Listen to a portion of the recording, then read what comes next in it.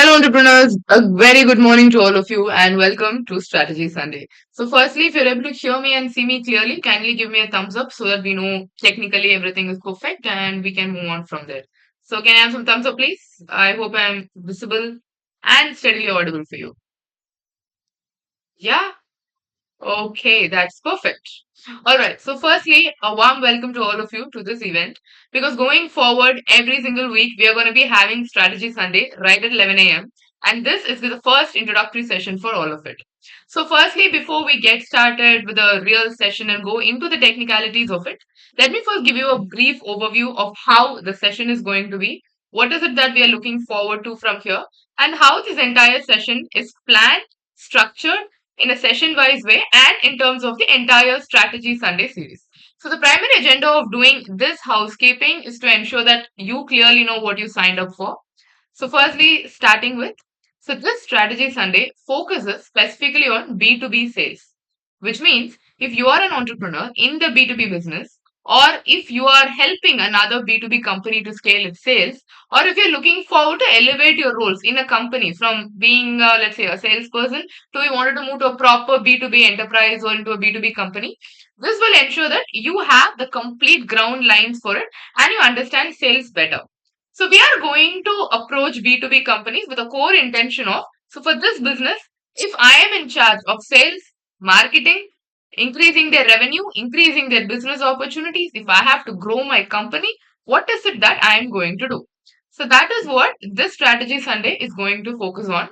And like I mentioned before, this is not a webinar, which means there is no upsell or anything at the end. This is a proper masterclass. So we are creating every single week, we are creating a topic. We are ensuring that we have a very clear, at the same time, a very clear goal on, let's say, what is it that you're doing for a business or how do you plan on ensuring that this business runs successfully. So that is what we are planning to focus on. So every week, this will start sharp at 11 a.m. without any further delay because this is getting streamed across social media platforms and also you get to attend it live on Zoom as well. So if you're watching this on YouTube, do check out the description of it so that I'm leaving the link for this WhatsApp group. So when you join the WhatsApp group, you can also attend this session live, get to ask questions and interact. So with that being said, get ready with your notes because in this session, okay, firstly, we do not have any sort of PPT or a PDF or a reference material where I'm sharing my screen, or this is not going to be like a lecture. So I will start with an introduction, and from there, we are going to go in a cohesive way where we understand how each part of the business operates together. So for this session, if I should give you very clearly, you're going to be seeing me as I speak. And in cases where I need to illustrate something for you, I'm going to open a Word document like this. And in this Word document, we are going to discuss more about how, let's say, if I want to jot something on, if I have to show you some illustration, if I have to show you some bulletins, this is where you have the working notes. So on top of the notes that you take for this session, this Word document is called as Working Document for Strategy Sunday, and you will also get the link to this, so you can keep this, you can save it for yourself, and whenever you wanted to refer back, you can certainly refer this back. And for this, every session will be continuing on the very same document so that you need not juggle with too many links or too many URLs. You just need 3 links to ensure that you attend every Strategy Sunday. One is a WhatsApp group, ensure you're there. Second is a Zoom link, which will be shared 15 minutes every single week prior to the session. And number three will be this, let's say, this working document link, so that you have every points that are discussed and you do not miss out on anything. So now, without any further ado, let's get right to the session. So today we are going to start with the B2B industry. So firstly, before we go any further or any deeper into it, if we understand it right, a B2B market stands for business to business, right? But in many cases, we confuse it. We confuse it in a way that, let's say you wanted to sell something to a CEO, you think that is also a B2B sale. But in many cases, it is not. Business to business clearly means you are selling your product or your service for the utility of the other business to operate and not the professionals in it. Now, let me give you some examples. Let's say you are selling a leadership program, and that leadership program will help the CEO to get better. In this case, you're selling directly to the CEO for his own personal growth. I mean, personal and professional growth, but for that one person by himself. Now, in that case, it becomes a business to consumer because that person is a direct consumer. So that's a B2C.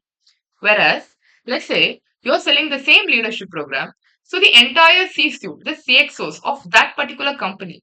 In this case, this is not for one person's personal use, but rather you are selling it to XYZ company's executives. So the program is structured in a way that your program will help the company's leadership to go ahead. So here you're selling to a company and not one person. So this becomes a B2B sale. So the difference is right? So this way, when we get started with the sales, in these strategy Sunday sessions every single week, we are going to discuss more about how we are enhancing every aspect of these B2B business and the way in which the sales process is taking place.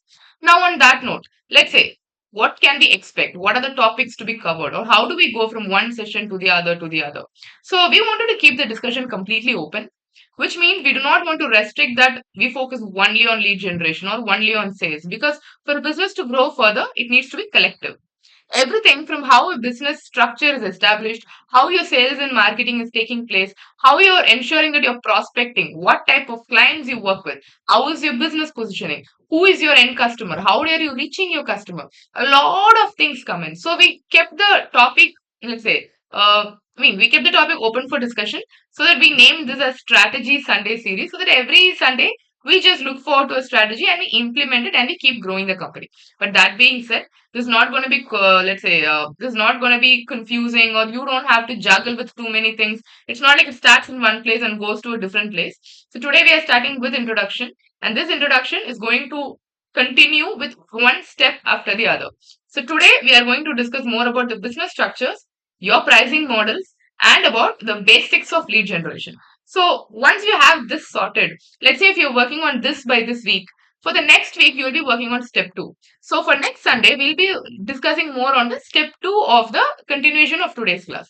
So if you're planning to attend this on a consistent manner, just ensure that you don't just listen to the conversation, but you take notes of it and keep implementing this throughout the week.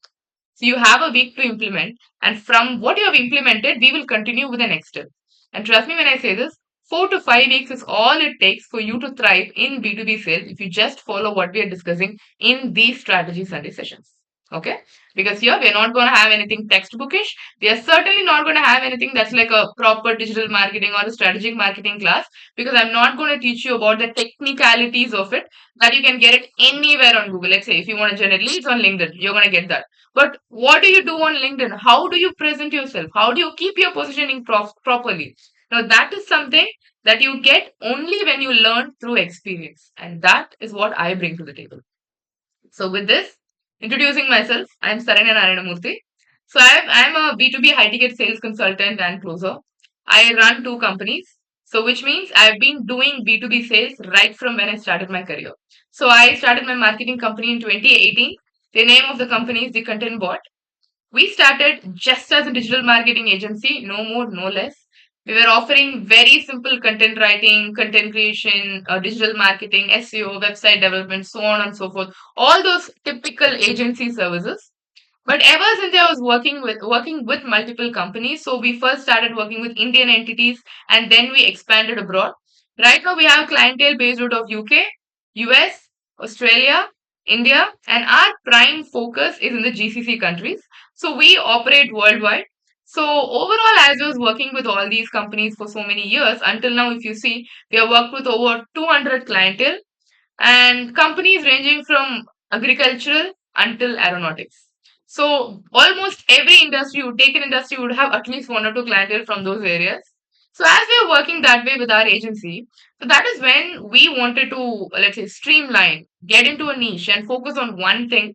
So we decided to do what we are extremely good at, and that came down to lead generation and sales.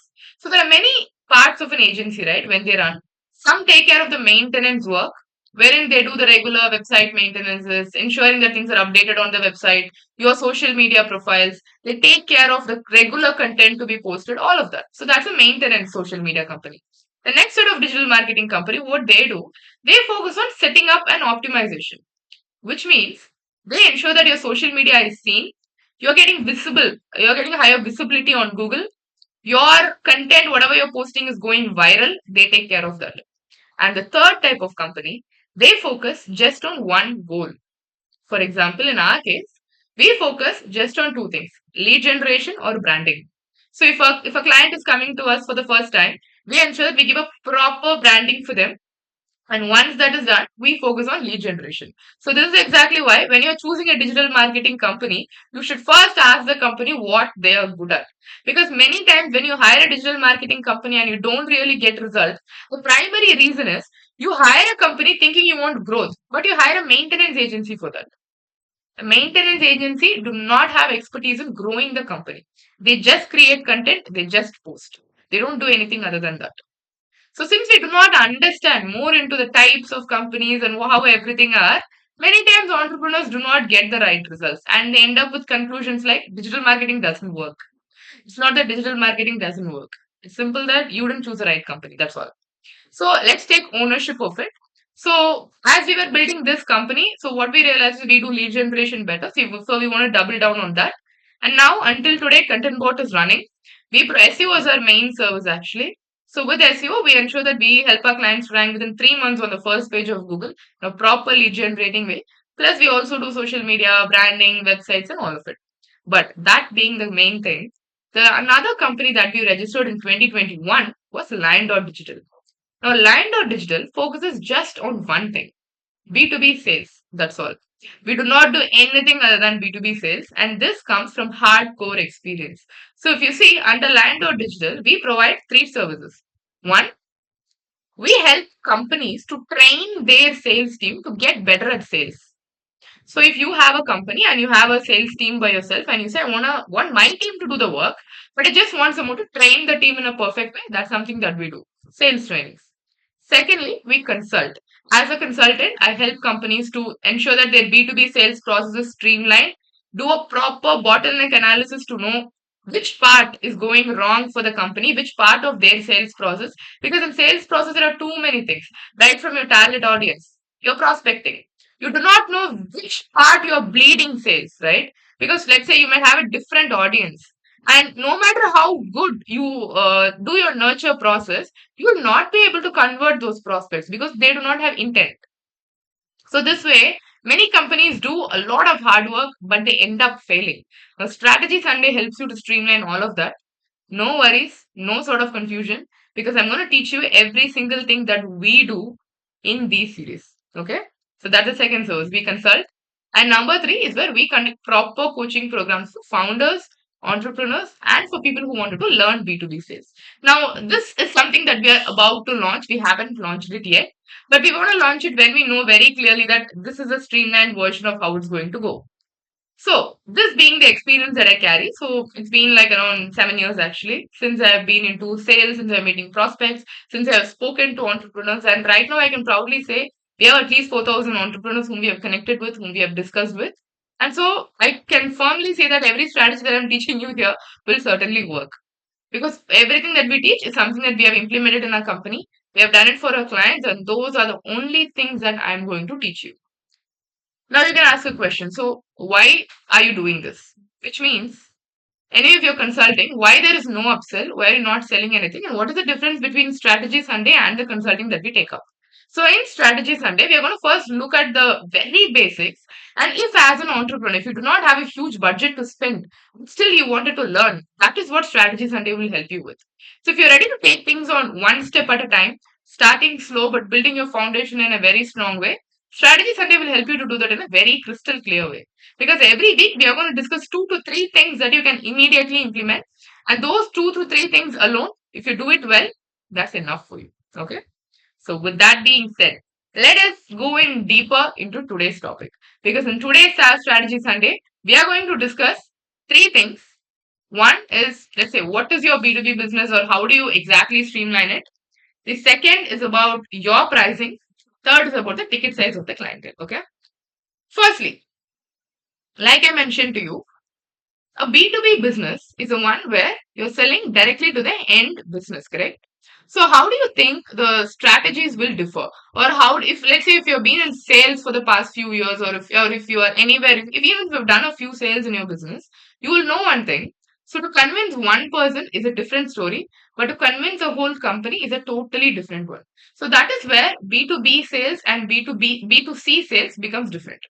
Again, in a B2C sales, the person focuses, let's say if I'm buying a product, any product, okay, even if it's, let's say, if I'm buying a bookshelf or if I'm setting my office and if I'm looking for office equipments, in those cases, I'm the person who's directly using the product. So when I buy, I will look at just one thing. How will the comfort be? Will it suit my requirements? Is it budget friendly? That's all. So whatever budget I'll have, I'll ensure to check whether is it budget friendly. Whereas when you're looking at a B2B sale, especially when you're investing in your services or proper professional services, people look for two things. Take notes of it. These two things. One, how well will it collectively be within my utility? How can I adapt it to my company? So let's go on to our working document here because these are pointers that I really think you should take a note of. So question is, what does your customer see? If you ask me, they see two things. First is how well does this product or service apply for my business? Which means can they adopt it for themselves? Because if they are unable to adopt it for themselves, there is no purpose of it, right? You can sell anything, but will this suit my company? That is the first question. And second very important question is what is the ROI? Now, when you're doing a B2C sale, ROI never comes into picture because people are not concerned about it.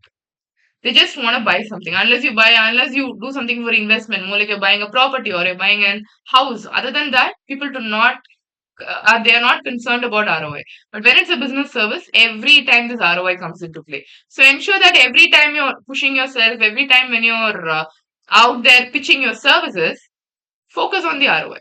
Okay. So a B2B sale especially falls on these two things, how well the company can adapt it for themselves. Secondly, how is the ROI? Now let's look at the second parameter. How do you generally say this is the price of my product or this is how you define it? Come on, take some guesses. Let's make the session a little more interactive. So how do you generally define your product? Because let's say there are many people in the market who are offering your services. So how will you define how this comes in? Come on, drop some things on the DM. How do you define the prices of it? Okay, based on your overheads, uniqueness, okay, novelty, uniqueness and novelty, okay, depending upon the requirements, okay, depending on the RFQs, okay, I think you're DMing just to me, right? I've just switched the chat to everyone, okay, depending upon requirements, and then what else?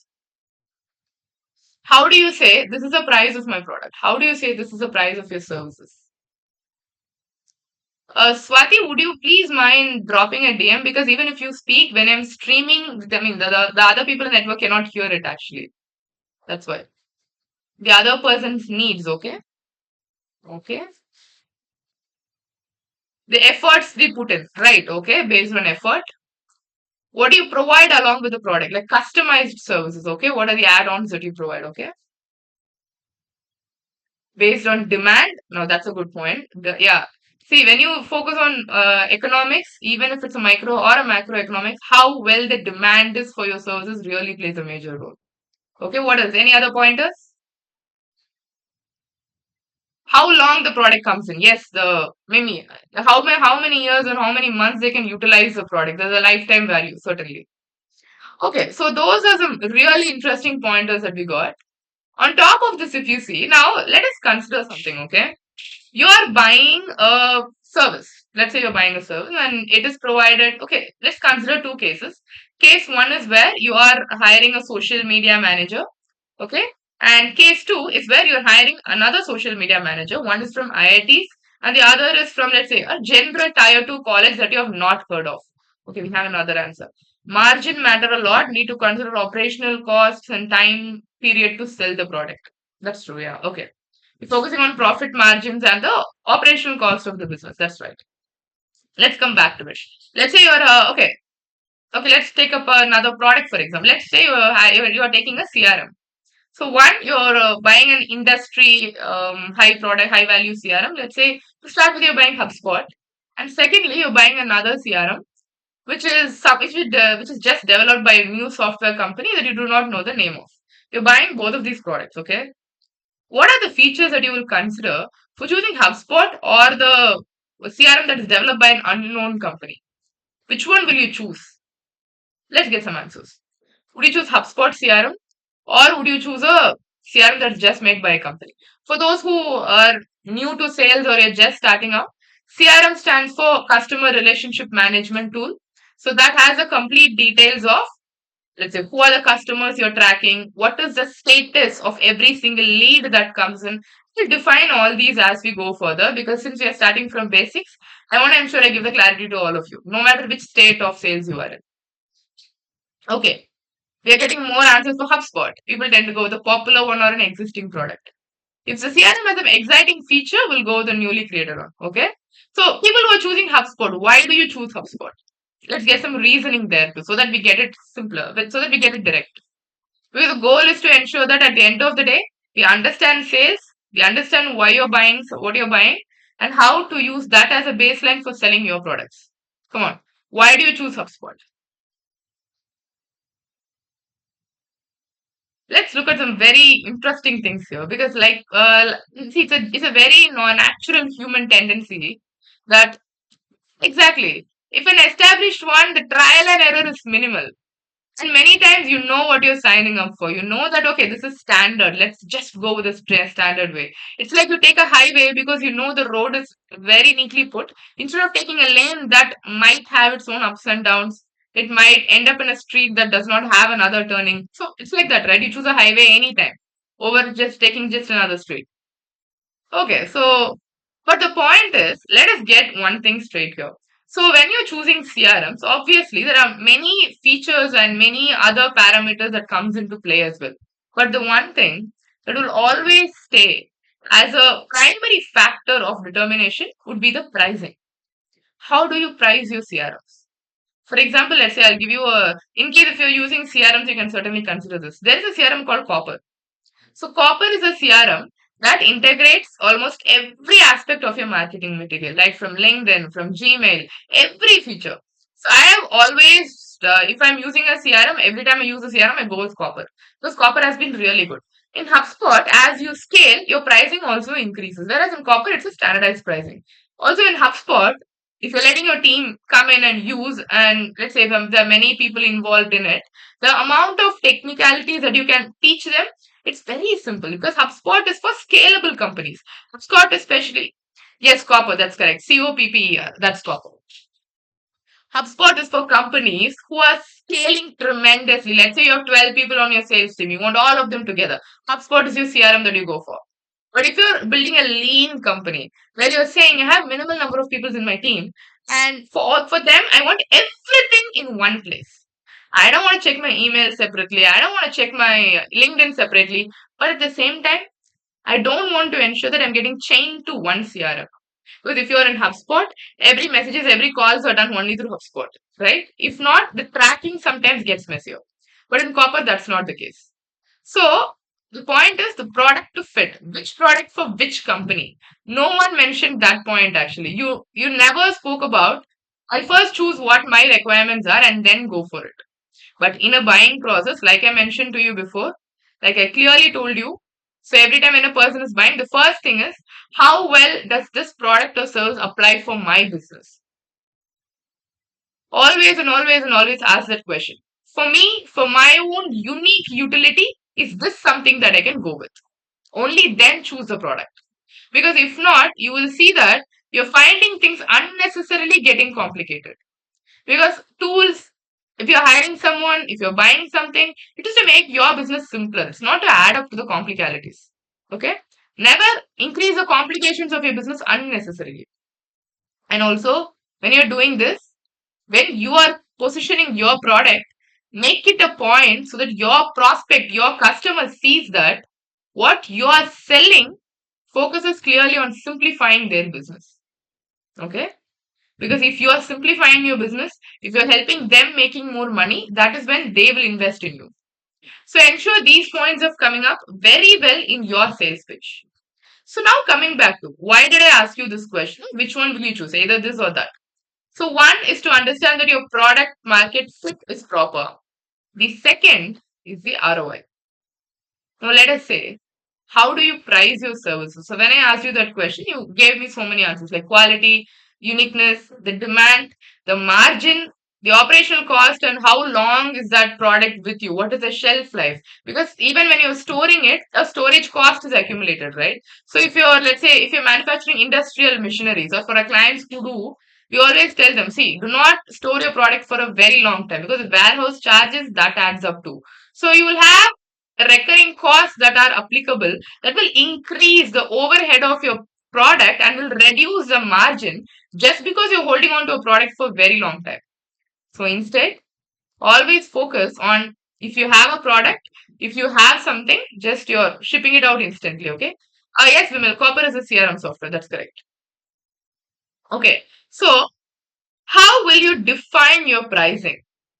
Because ideally, in many companies, when they are going ahead with a lead generation process or when they are, let's say, pitching your services, the one point where you hit a bottleneck is when people ask you what your pricing is and you send them a very good proposal and they come up with saying, commercially, we have a problem. Have you faced this or not? More than the technical discrepancies, because technically we always look forward to giving the best solution for our customers. So we are flexible. So we give the customers, so these are your requirements, this is what we can provide. We are very clear on this is what we can give you, and you're always customizing your solutions. You're ensuring that your service is better. But commercially, correct? Commercially, you're met with the saying, our budget is not this much. Or there is a discrepancy. We do not have this commercial capacity to go ahead. So if you're facing that, that is when you should know how your pricing is decided. Because many times we choose a pricing that is just focusing on what are deliverables. I'll give you another small example. So when we were pricing for our marketing agencies, I'll tell you how we generally define the pricing. So let's say for a marketing agency, if you are handling Instagram marketing, generally 3 to 4 elements are involved. Designing, content creation, and then posting and ensuring the account logistics are taken care of, and then the agency fee. Just these four things. So what we generally do, the cost of the graphic designer, cost of a content writer, cost of a social media manager, plus 20-30% additional. Now this becomes your total management fee. And many times what happens is, let's say as an agency, if we have 10 clients, the one designer will be working for 5 clients. So if we already have 10 clients, then we have two designers. So their salaries will be divided between 10 clients. So let's say if let's say we are paying our designers as 35 to 40,000. Okay, let's say we are fixing at 30 to 35,000. So 35 into 2, 70,000 is our designer salary which we are paying. And if we have 10 clients, that 70,000 will be split as 7,000 per client for the overall design cost. Correct.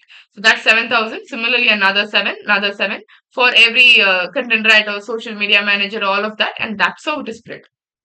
Now imagine if you have lesser number of clients.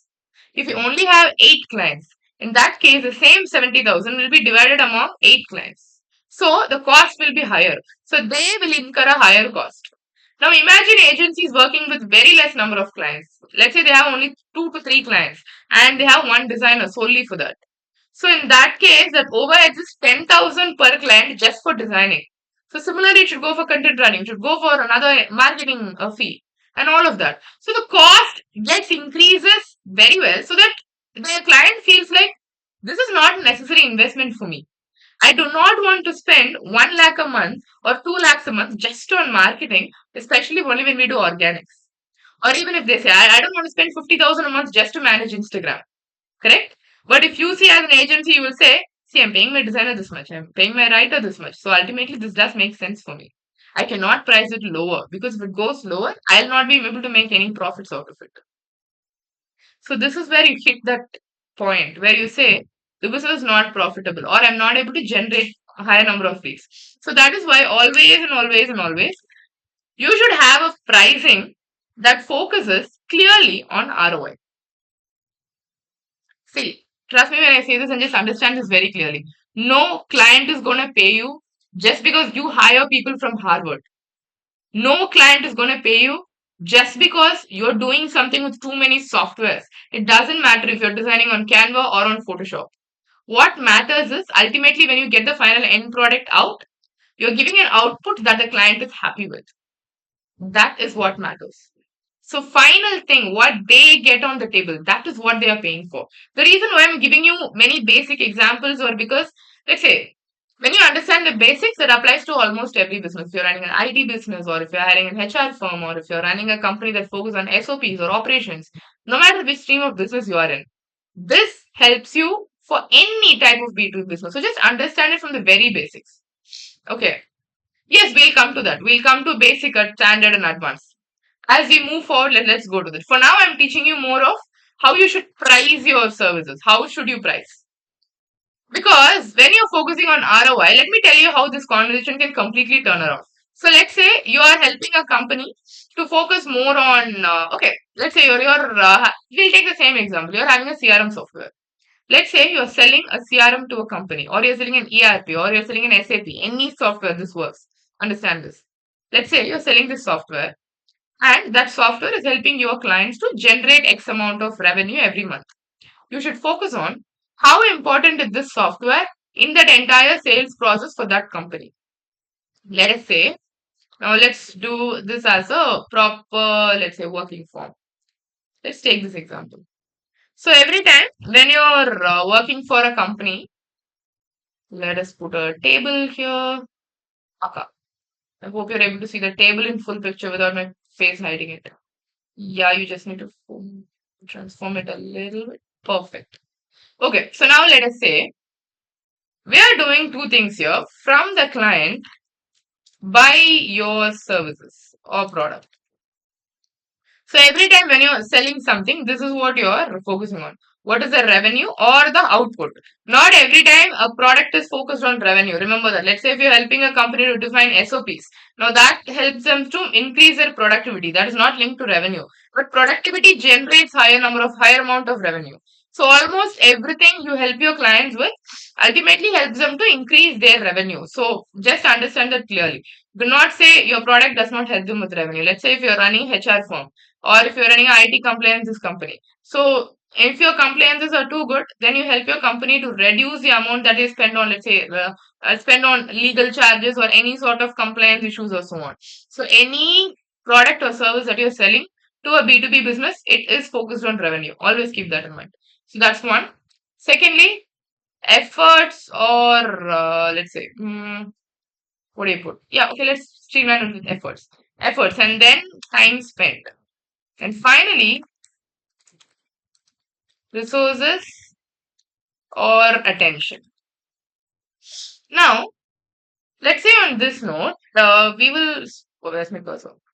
My cursor is giving me a hard time. Yeah. Let's split this up into two. Okay, I missed to see where the merge cells are. Okay, forget it. Okay, now let's say if a product that you're selling from your client, let's take two examples here. First example is you're selling a CRM software, and then the second example is where you're selling client management as a service. Okay, if you see both of these are same. A CRM is a tool that helps you to manage that helps your client to manage and maintain their services. Sorry, their prospects and leads, helps in sales directly. Whereas when you're doing client management, your company provides services that helps your client to manage and maintain their prospects and leads, thereby helping in sales. Okay. So in both of these, here you're selling a tool, here you're selling that as a service. So when you're selling CRM as a tool, what happens is for the client, the revenue or output increases directly, but sorry, increases indirectly because here it's just a tool, you are not directly doing anything. So by your service or product, you can say it contributes to 20% of it, because the efforts are completely put by your client and their team. Okay, and the effort of your tool is just to systemize, not more than that. So which means 10%. The time spent is high for the client, but still it optimizes. Which means your product can maybe contribute to 15% of it since it streamlines everything. And then the resources and the attention entirely your clients. Which means the CRM does not have any sort of resources to it, correct? So overall, if you see, the total contribution is only 20%. Okay, maybe you can say it as 25%. That's it. Because the efforts, it's CRM is helping 10% and the time spent it is reducing. So let's say another 50%. So your product or service here only focuses on 25%. Okay, 25% of the sales efforts. Whereas here, if you see, you're doing entire client management by yourself, which means the revenue that is coming for your client is highly and directly focused by you, which means your service contributes to more than 70% of it. Let's say how. The efforts completely by your team. And what your client does, they just approve and give feedback. The time spent, again, you are managing their clients, you are helping them generate leads, you are doing everything. The client, again, just approve and give feedback. Resources, completely yours. So overall, if you see, the client is putting very less efforts, whereas you are putting more than 70% of the efforts here. So the way how this is priced, this can be priced at around 1/4 or 1/5 of the revenue generated. 1/4 or 1/5 of the revenue generated. Whereas when you're doing a CRM, here, though it helps in the very same things, but the way in which it contributes, it's very minimal. Or in other words, it's marginal. So here, your pricing should be around 1/12 or 1/15 of the revenue generated. Now, this is how you price your products. So if you're pricing either a service or if you're pricing your own products, understand every single time, price it based on what is the ROI that it's generating for your client. If someone is using the product, what is the ROI that they get out of it? Because when you do it that way, you're closing sooner. Because when, let's say, I'll give you a very simple example. When we are telling our clients that overall we will consult you for a month, the charges starts at 1.5 lakhs a month. So the client asks us, okay, so what is it that I can expect? Because my ticket size is so and so. So what we say is, so in the first 3 months, for whatever money you're investing, you will get at least 4 to 5x of the results. If not, you don't pay us and we will work with you for free until you get that. That's a promise that we give every time we sign up a client. Now, how are we so confident about it? Because we know that for what revenue we are able to generate, that is how our pricing is calculated. So here the client says, if I am getting 500 rupees, there is no harm spending 100 rupees. Correct? An investment and then a return. So every time when you're pricing your product, if you're pricing it this way, you will not find a lot of objections. And I'll give you another example. Let's say you're selling your services. Let's say we'll take a very similar services because that gives you a steady line here. So if you're selling marketing services to a client who is currently making around, let's say 2.5 to 3 lakh a month for their revenue, and you are selling your product for 50,000, they take a decision in, let's say, a few weeks. Why is that? Because you're charging them 1/5 or 1/6 of what their entire revenue is. So that is a money that they should properly put into a budget.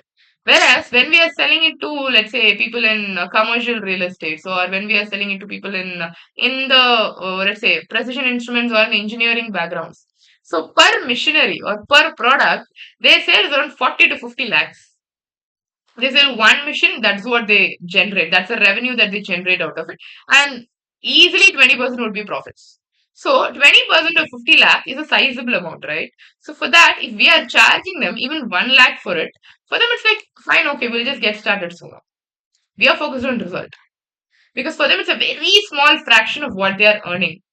So always and always and always approach companies with that mindset. Approach them with that baseline. So if you are focusing on companies who sell premium products who are already in the luxury segment, you have a higher ability to price and win your products. Okay. Now, do you have any questions until now? Because until now we have just focused only on pricing your products. Now, then in the next segment, we are going to focus more about ticket sizes and how you should generate leads. We're going to touch base on that. So, any questions till now on these? Okay, so far is the speed of the conversation. Are you able to understand what I'm saying clearly? Would you want any changes in the way the session is delivered? If it's all good and we can continue, give me a thumbs up. Yes, it is good.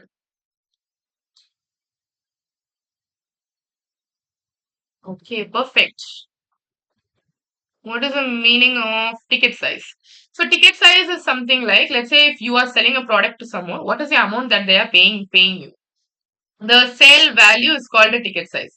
You're selling to five people. For one, you're selling it at 20,000. For the other, it's 50,000. For the other, it's 1 lakh. The 20,000 is a ticket size for that client. 50,000 is a ticket size for the second client, and 1 lakh is a ticket size for the third client. If someone is asking what's your average ticket size, you say on an average minus 50,000 because that's your middle size. So ticket size is the price for which you sell. Okay. Now, okay, before we move into lead generation, let me define some basic terminologies for you. Okay. The difference between a lead, a prospect, what is a nurture, what is a qualified sale, and what is the overall, let's say, lead generation funnel and all of that. So, in business, I agree that a business is based on relationships. You put a lot of value to your business and every single thing. But when we are looking at transactional value, it's like money coming in, money going out.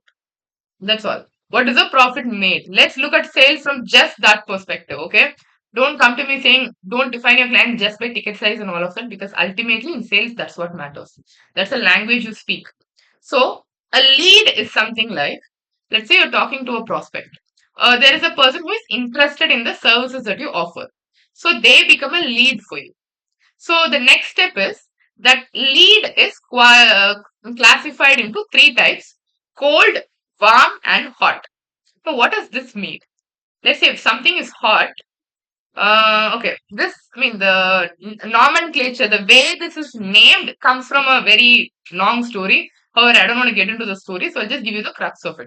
If something is hot, what you can do, you can immediately take it and you can serve it. Don't talk about desserts, talk just about food, okay? Warm food, right? We're not talking about desserts here. And something is hot, let's take frozen foods. So if it's hot, you just eat it directly. A qualified sale, a person who is a hot lead, whom do we call as a hot lead, is someone who's ready to get started immediately. If someone says, I have an immediate requirement, I want to get started, that's a hot lead. And they want to get started with you. Okay? It's not that they just have a requirement, they are ready to get started with the services that you offer, they are a hot lead. A warm lead is someone who is like, they have a requirement, but they are not in an urgency, and they like you, they wanted to work with you, they are convinced with you, but still for some reason they're also looking at other prospects or they're also looking at other competition. Okay, so let us again go back to the drawing board so that I think you will have this steady. So we are talking about types of leads here. No, terminologies.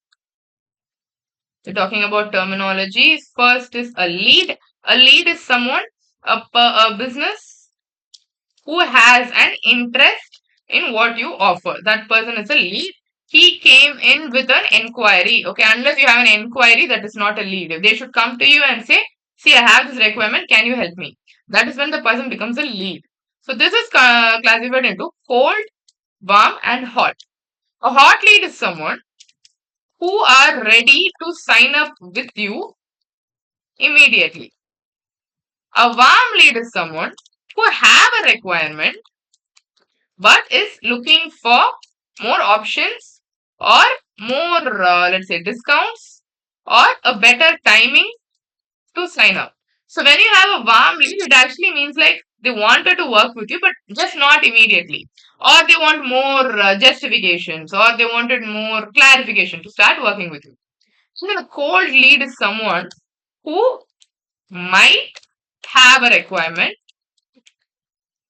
and might work with you, but doesn't know who you are or what you offer.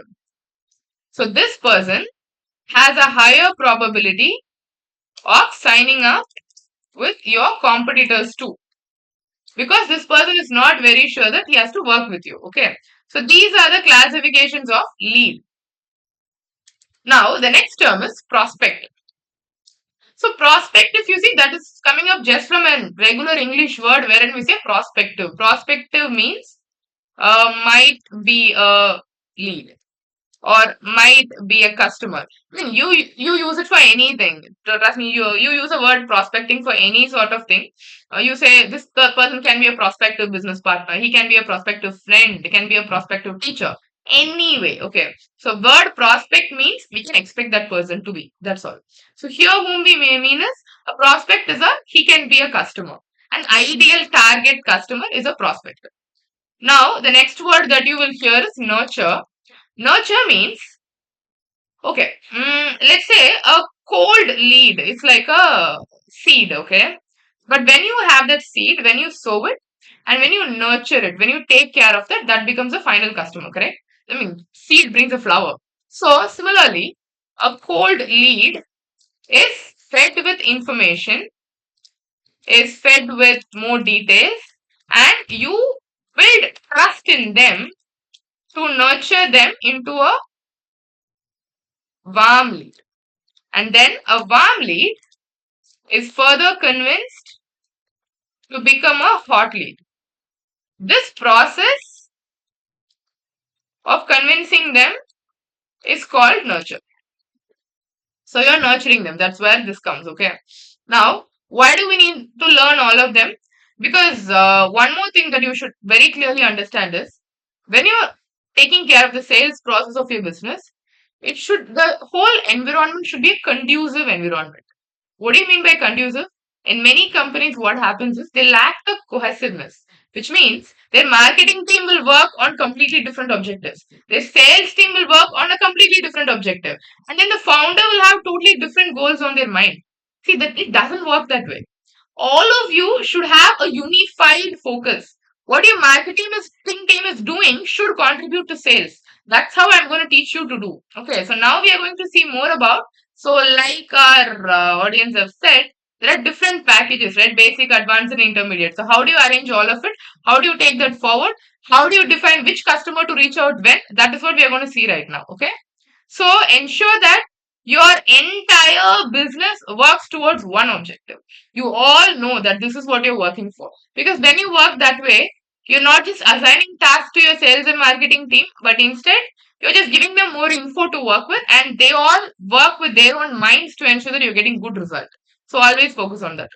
Now, let us focus on the size of the deals. Okay. All right. Okay. We are running a little short on time, so I'll wrap it up quicker. Okay, I believe you're not seeing my working document. Yes, now you are. So, like I mentioned to you before, as your pricing depends on the ROI, right? Also, another thing that your goal for marketing, or you can say goal for lead generation. How do you fix your goal for lead generation? Now, this is a very important question. So, when you're fixing a goal for lead generation, generally companies say, I wanted to generate this much amount of money. So, based on that, I am fixing a goal. But instead, also look at when you're fixing a goal for your lead generation, fix it based on two parameters. One is how, or let's say, what is the probability of achieving my goal, which means how practical is your goal.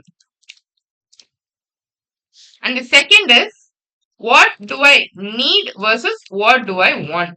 Now this is important for every business owner, because this determines how profitable your business is.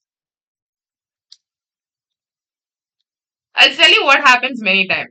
Let's say your goal is to generate 5 lakhs a month. So when you have this goal, what do you say? I'm going to generate 10 clients, each paying 50K. Now, here are some questions for you. Is it feasible to generate 10 clients a month, especially who pay and close on the same month? Unless you have a very steady sales structure, I don't think that's possible. Okay, unless you have everything set up, your sales team is working good, your systems are intact, unless you're doing that, this is not possible. So, this goal will often lead to failure. Failure leads to disappointment, and you saying, I think I made a spelling mistake here. Right. So, and you telling this doesn't work. So, this is one way of doing it. Or the other way is you classify your clients, okay? Now I taught you how to price your products, right? Another way is we are speaking about ticket sizes. And when we talk about ticket sizes, we are classifying our clients into three categories, okay? Small scale, mid scale, and large scale. Generally, your large scale clients are called as enterprise deals. And this is how they call it in the B2B segment. Your mid-size client are, let's say, regular mid-size, and your small-size clients are your. This can be many ways said as what do you say? Let's say maintenance deals or so on. Now, let us say I'll tell you how you are classifying all of these. Okay, let's say in your enterprise deals, you're charging around 3 lakhs. I'm telling in a very basic level, okay, generally enterprise deals goes for 30 to 40 lakhs. But if you're just starting out or if you're in the mid-size scale, I don't want you to think maybe this is not for me because that's not the case. It's for everyone. Every business will have it. Every single business. If you're operating a business that makes around 2 lakhs a month, in that case, your enterprise deal will be 50,000. If you're operating a company that makes 2 million a month, in that case, your enterprise deal will be anywhere between 7 to 10 lakhs. If you are a company who are making 2 crores a month, your enterprise deal will be 30 to 40 lakhs. So that depends. Okay. Your price scale completely depends on your size of the company. Please do not get intimidated by your numbers because every company starts in thousands and they say scale to crores. That's how it happens. Every company who is making crores today started with making humble thousands. So never underestimate yourself or never think this is not for you. Just understand the concept of it. So I'm trying to play very small with numbers so that you relate more with it. Okay. So let's say your mid-size deals are somewhere around, let's say 70K. And your maintenance deals are 20K. Now what happens is, if you wanted to make, okay, 5 lakhs a month, all you need are, let's say, one deal here, maybe, let's say, two deals here, and okay, the math doesn't add up, but I'll tell you how it makes sense. And let's say 3 to 4 deals here. Now you can ask, how does it make sense? The point is, when you're taking a small size scale, you are not putting in a lot of efforts. Okay, your efforts are lesser. Whereas also, since the amount is lesser, you close the sale faster, which means your sales cycle is smaller. What do you mean by sales cycle? I'll also define that for you in the terminologies. Sales cycle is time taken to close a sale.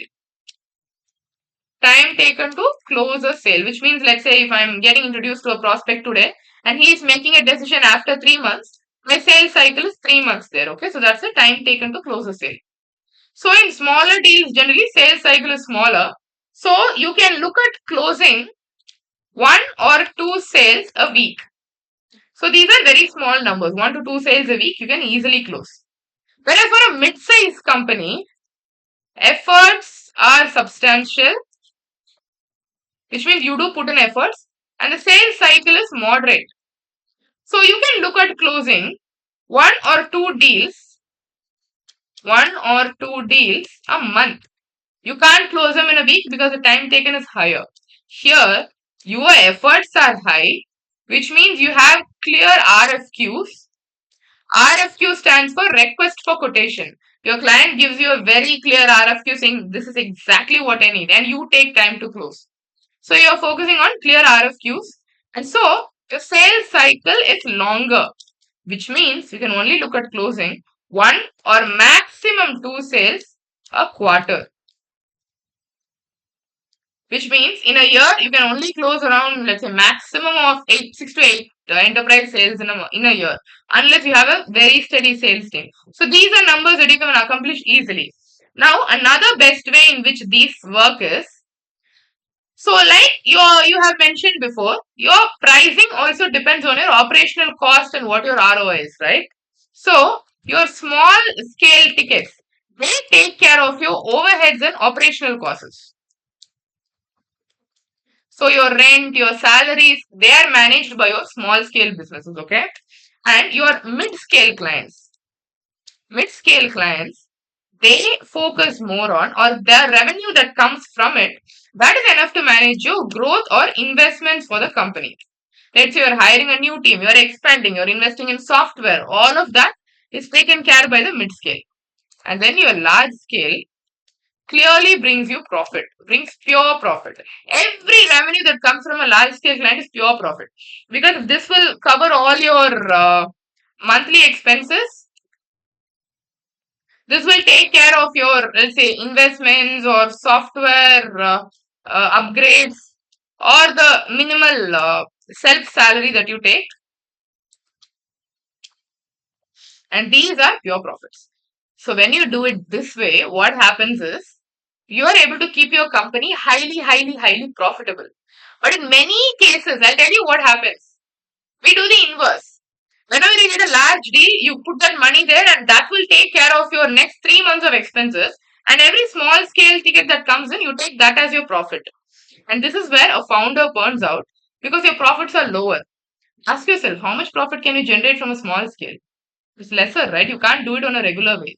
Whereas if you're ensuring that your foundations are strong, you have the small clients you're working with on a monthly scale, they're not leaving you, then you tend to make a good amount of money to keep the business stable, and everything that you gain ahead as bigger deals, they become your profit. So that's the best way to run your business. Okay? And similarly, when you're generating leads, when you're taking care of how these leads are generated, you also focus on, there are three types of sales funnels that you focus. Three types of sales funnel that you focus, which is, one is outbound, other is ABM, other is inbound. Now, what is an outbound sale? This is where you approach the client. This got its name from outreach. So you are reaching out to your clients. ABM stands for account based marketing. Account based marketing means, it is, okay, I'll tell you what it's used for. Inbound means you attract clients. Let me give you an example. When you are reaching out to small scale clients, the efforts are lesser, right? The money you generate is very small. So you need to ensure that you're not putting a lot of efforts to close the client. So what do? You just send out a mass email campaign. So in this note, here you run cold emailing. Or you do other sorts of, let's say you take 1,000 people and you just send a message to them. Whoever comes in, that's a win. That's your cold emailing. So in there, efforts are lesser. You don't even know whom you're texting, you just send it out. That's all. You just get a good database, or you get the good data and you send it. I'll teach you more about it in the upcoming session. I'm just giving you an overview right now. So that becomes your cold emailing. Second, for a mid-sized client, you can put a substantial amount of effort, because anyway the numbers are good. Those are good amount of profits. So here you create a, let's say, a sales funnel with nurture, so that you are able to close the sales faster. That is for mid-size.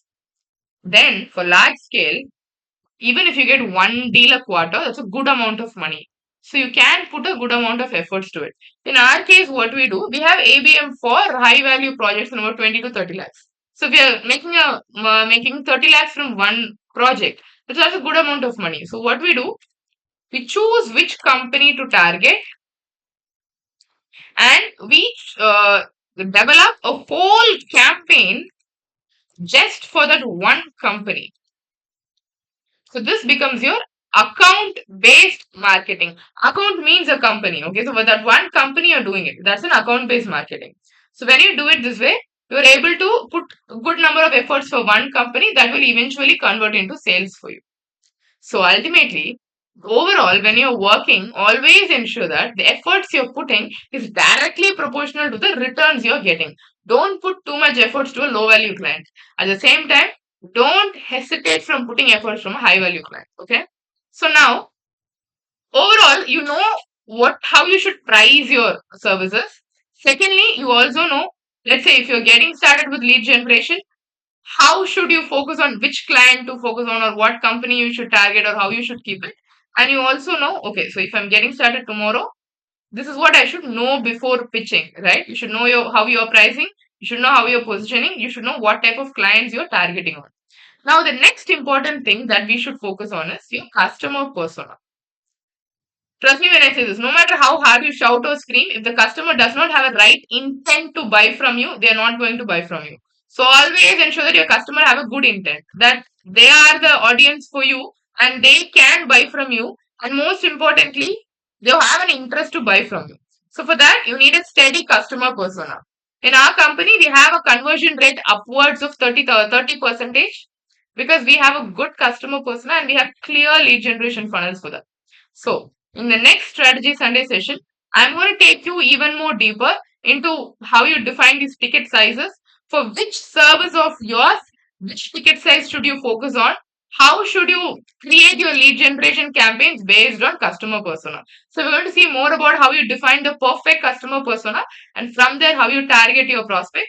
So with that being said, let's close today's session here by understanding our pricing, how you price your product, not based on novelty, not based on uniqueness, not just based on your quality parameters, because the efforts you put in is your problem.